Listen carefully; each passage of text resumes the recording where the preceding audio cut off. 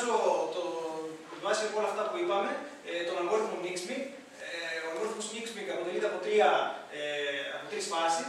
Στην πρώτη φάση χρησιμοποιούμε ένα wave-like τρόπο να επιλέγουμε κόμβους, ξεκινώντας κάποιο κύμα, το οποίο κύμα έχει δύο στόχους. Σε αυτή την περίπτωση, ο νη1 ξεκινάει το κύμα για να κάνει balancing. Το κύμα έχει δύο στόχους. Αφενός, να εξετάσει τα φορτία των κόμβων των οποίων επιλέγει, έτσι ώστε να επιλέξει τον τύπο εξισορρόπησης και να επιλέξει εάν χρειάζονται κάποιοι έξτρα απαιτούμενοι κόμβοι για να έρθουν από μακριά. Και ταυτόχρονα δεσμεύει τους κόμβους για να συμμετέχουν στην εξισορρόπηση. Με την ώρα δέσμευση συνεχίζουν αυτοί να απαντάνε ερωτήματα, απλά δεν μπορεί να τους πάρει κάποιος άλλος κόμβος για να κάνει balance αυτός. Έχουμε δύο κύματα που βλέπουμε. Το τοπικό κύμα ελέγχει τη γειτονική περιοχή και εάν αποφασιστεί ότι χρειάζεται επιπλέον κόμβοι, κάποια μακρινά προοριτικά probes ψάχνουν για μακρινούς unrelated κόμβους για να κάνουν την εξισορρόπηση. Ο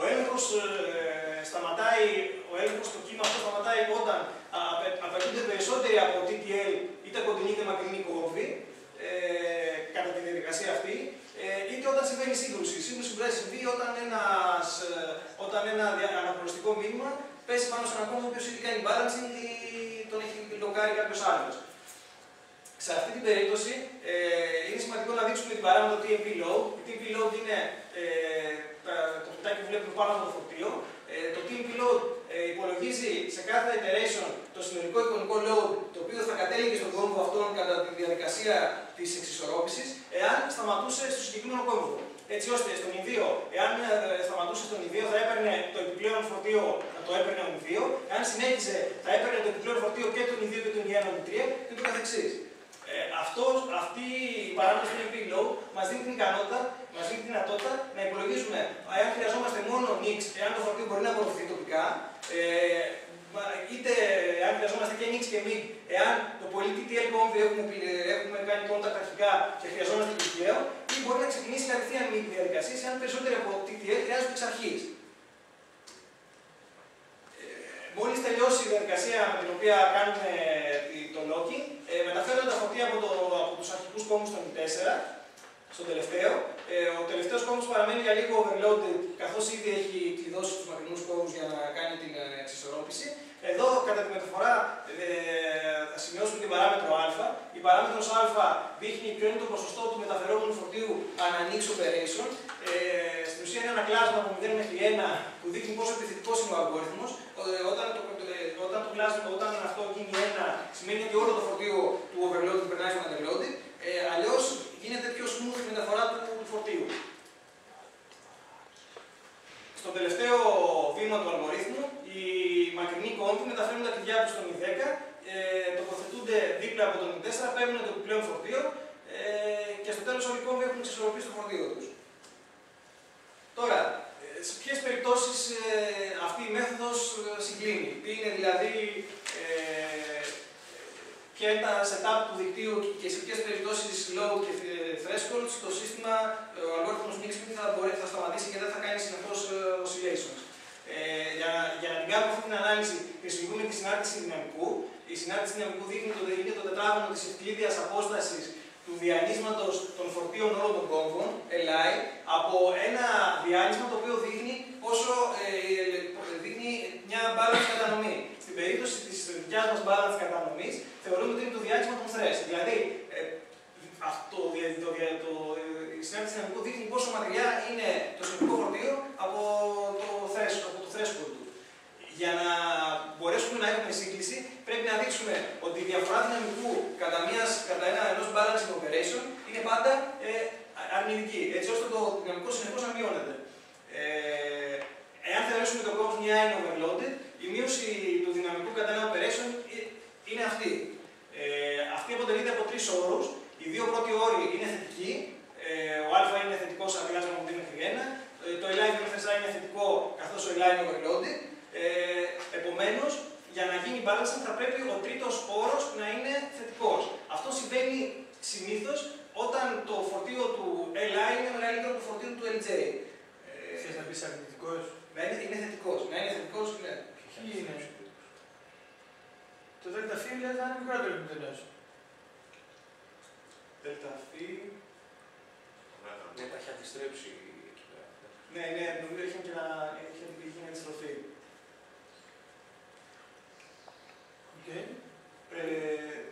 Ταχύτερη σύγκληση λοιπόν πετυχαίνουμε όταν. Όχι, κάτσε. Αυτό. Πες το λίγο παραπάνω, sorry. Είμαι σίγουρος ότι είναι κάτι εύκολο, αλλά να το βρούμε. Ναι, θα πρέπει η διαφορά δυναμικού συνεχώς να πέφτει.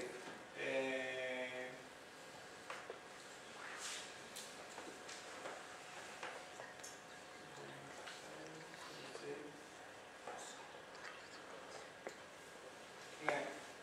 Θα πρέπει ο ενάι να είναι underload. Έτσι ώστε είναι underload. Ναι, έτσι ώστε αυτό να είναι αρνητικό. Έτσι ώστε αυτό να είναι αρνητικό. Οπότε θα πρέπει να είναι ισχύει αυτό. Άρα η μετατόπιση γίνεται στον I. Ναι, ουσιαστικά η μετατόπιση γίνεται στον I. Σε αυτή την περίπτωση ο τρίτος όρος πρέπει να είναι θετικός και εφόσον αυτός ο όρος είναι θετικός, εάν επιλέξουμε και έναν J με μεγαλύτερο θες, το έχουμε ταχύτερη σύγκληση. Τώρα, για ποιες τιμές του α μπορούμε να πετύχουμε μεγαλύτερη σύγκληση. Ας θεωρήσουμε ένα ομογενές δίκτυο το οποίο έχει ένα σταθερό threshold. Η ανάλυση στη διατηρή έχει γίνει για ομογενή δίκτυα. Εδώ σας δείξω για ομογενές που είναι πιο εύκολο να παρουσιαστεί. Αυτό είναι το φορτίο που μεταφέρουμε από τον νη στον J. Τότε έχουμε τη διαφορά δυναμικού ως προς το L που είναι στο κλάσμα. Το ΔΦ είναι ένα τριώνυμο με αρνητικό πρώτο όρο. Το οποίο τριώνυμο παρουσιάζει, επειδή ο πρώτος όρος είναι αρνητικός, παρουσιάζει μέγιστο για μείον β δια 2α που είναι ένα δεύτερο του ελάχιστο J, από που προκύπτει ότι το optimum α έχει ως ένα δεύτερο. Κατά την πειραματική αξιολόγηση έχουμε κάνει μια υλοποίηση ενός εξομοιωτή σε 6.000 γραμμές Java και διαδοχικά χρησιμοποιούμε 500 κόμβους. Ξεκινάμε τα πειράματά μας με 500 κόμβους και 50.000 κλειδιά, μοιράζοντας 100 κλειδιά ένα κόμβο και τα πειράματα φτάνουν με 50.000 κόμβους και 5 εκατομμύρια κλειδιά.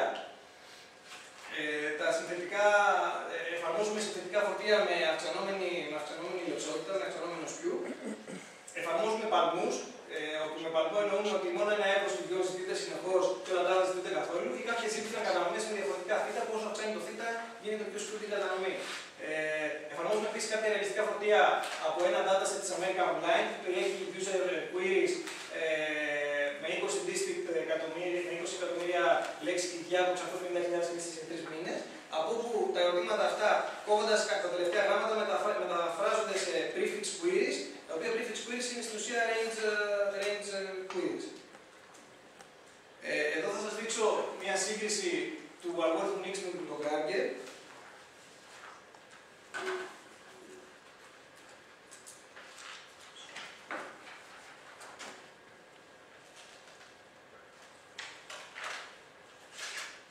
Εδώ παρατηρούμε πάλι, εδώ έχουμε ένα δίκτυο με 500 κόμβους, στον άξονα των χ, και εδώ δείχνει το φορτίο. Σε αυτή την περίπτωση εφαρμόζουμε 500 requests ένα second περίπου στους κόμβους 210 έως 270 και το ίδιο ακριβώς φορτίο εφαρμόζεται και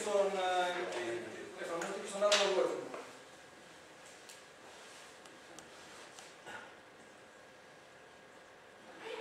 Εδώ δείχνουμε ότι ο αλγόριθμος Nixmig εφαρμόζει γρήγορα κύματα, εντοπίζει εύκολα κόμβους οι οποίοι δεν είναι υπερφορτωμένοι. Καταφέρνει πολύ γρήγορα και ρίχνει το φορτίο όλο των κόμβων κάτω από το thresh, ενώ ο αλγόριθμος του Granger προσπαθεί, κάνει πολλά άσκοπα oscillations αριστερά και δεξιά, δεν μπορεί να καταφέρει να ρίξει το φορτίο αρκετά χαμηλά. Αυτό γίνεται λόγω του γεγονότος ότι ο κάθε κόμβος του αλγόριθμου αυτού δρά από μόνος του, δεν υπάρχει κάποιος συνεργατικός τρόπος για να συνεργάζονται, με αποτέλεσμα να αργεί. Ακόμα δεν έχει τελειώσει. Αυτό Γιάννη πάνω στο AOL το dataset, έτσι. Αυτό είναι πάνω σε έναν παλμό. Είναι σε ποιο dataset είναι σε έναν παλμό πλάτος 25%. Το AOL dataset είναι πολύ πιο εύκολο να το κάνει balance, γιατί έχει ήδη κάποιο μια κατανομή. Εδώ βλέπουμε για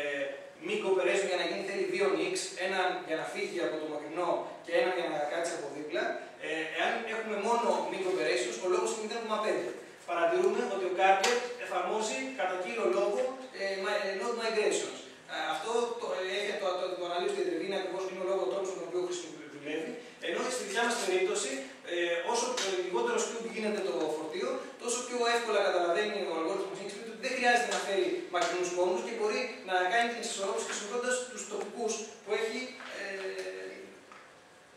Πώς χάνεις το pulse width, γιατί λες ότι μειώνει το skew?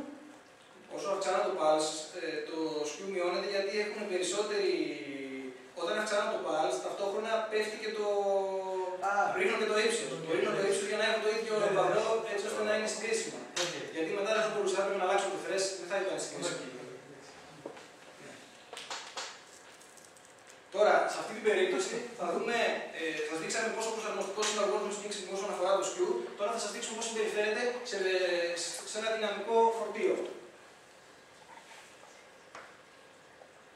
Σε αυτή την περίπτωση εφαρμόζουμε ένα παλμό στους κόμβους από 90 περίπου μέχρι 160 και καθώς θα έχει προχωρήσει αρκετά το balancing, απότομα μεταφέρουμε τον παλμό εδώ και βλέπουμε πώς συμπεριφέρεται το σύστημα.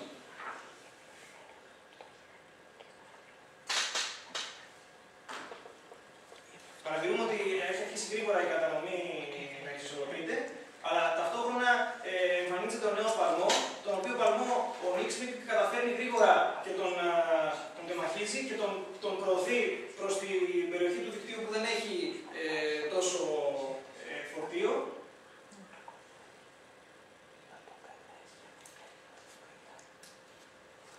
Καταφέρνει τελικά να εξισορροπήσει πλήρως τον παλμό. Βέβαια, προφανώς, εάν αυτό το πράγμα αλλάζει συνέχεια, ο Nixmic θα τρέχει κι αυτός. Να ρωτήσω κάτι. Κάποια σπάρξεις που εμφανίζονται, δηλαδή φαίνεται να είναι αποτέλεσμα των ενεργειών. Όχι, ότι είναι αποτέλεσμα ενεργειών. Ναι. Γιατί εμφανίζονται, δηλαδή, γιατί γίνεται μεταφορά που οδηγεί σε load μεγαλύτερο του threshold σε κάποιο κόμβο? Γιατί αυτός ο κόμβος που θα κάνει αυτή τη μεταφορά έχει ήδη κάνει reserve τους μακρινούς για να τους βάλει δίπλα του. Δηλαδή ξεκινάει ένα κύμα τοπικό, μεταφέρει τοπικά τα κλειδιά, εξισορροπούνται όλοι εκτός από τον τελευταίο του κύματος, ο οποίος όμως αυτός από πριν έχει πιάσει τους μακρινούς και τους. Βασίλη, επίσης, είναι και το πώς έχει ορίσει το time tick. Δηλαδή, το time tick δεν έχει πει ότι γίνεται και το ένα και το άλλο μέσα σε ένα time tick. Αν το έχει βάλει έτσι, δεν θα τα βλέπεις στα σπάρεις. Δηλαδή, έχει θεωρήσει ότι αυτά είναι δύο time ticks για να είναι λίγο πιο ρεαλιστικός. Αλλιώς, θα το κόβε τελείως. Θα κόβει αυτό το effect. Ναι, θα κόβει αυτό το effect. Επίσης, βλέπουμε και ένα oscillation